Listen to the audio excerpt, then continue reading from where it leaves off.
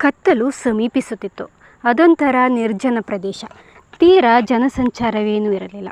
ಒಂದಿಷ್ಟು ಜನರಿದ್ದರೂ ಕತ್ತಲು ಸಮೀಪಿಸುತ್ತಿದ್ದಂತೆ ಎಲ್ಲರೂ ಮರೆಯಾಗಿದ್ದರು.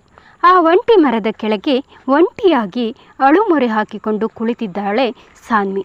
ಕೈಯಲ್ಲೊಂದು ಸಣ್ಣ ಬ್ಯಾಗ್, ಒಂದಿಷ್ಟು ಹಣ, ಒಂದು ಚಿಕ್ಕ ನೀರು ಬಾಟಲಿ, ಒಂದಿಷ್ಟು ಬಟ್ಟೆ ಬರೆ, ಇದಿಷ್ಟನ್ನು ಹಿಡಿದುಕೊಂಡು ದಾರಿಯಲ್ಲಿ ಹೋಗಿ ಬರುತ್ತಿರುವರನ್ನು ಗಾಬರಿ ಮಿಶ್ರಿತ ನೋಟದಲ್ಲೇ ನೋಡುತ್ತಿದ್ದಳು. ಅವಳಿನ್ನೂ 16 ತುಂಬಿಲ್ಲ. ಈಗಷ್ಟೇ 9ನೇ ತರಗತಿಗೆ ಕಾಲಿಟ್ಟಿದ್ದಳು. ಮನೆಯಲ್ಲಿ ಅಪ್ಪ ಅಮ್ಮನ ಮುದ್ದಿನ ಮಗಳು ಅವಳು. ಕಣ್ಣು ತುಂಬ ಕನಸುಗಳನ್ನು ತುಂಬಿಕೊಂಡ ಹುಡುಗಿ ಇಂದು ಅನಾಥವಾಗಿ ರೋಡ್ ಬದಿಯಲ್ಲಿ ಒಂಟಿಯಾಗಿ ಇದ್ದಾಳೆ. ಸಿರಿವಂತರ ಮನೆತನದ ಹುಡುಗಿಗೆ ಯಾವೊಂದು ಕೊರತೆಯೂ ಇರಲಿಲ್ಲ.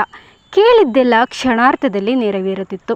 ಯಾವೊಂದು ಕಷ್ಟವೇ ಇಲ್ಲದೆ ಸುಖವಾಗಿ ಬೆಳೆದ ಹುಡುಗಿ ಇಂದು ಅನಾಥಳಂತೆ ಬೀದಿ ಬದಿಯಲ್ಲಿ ಒಂಟಿಯಾಗಿ ಕುಳಿತಿದ್ದಾಳೆ. ಯಾವುದೋ ಒಂದು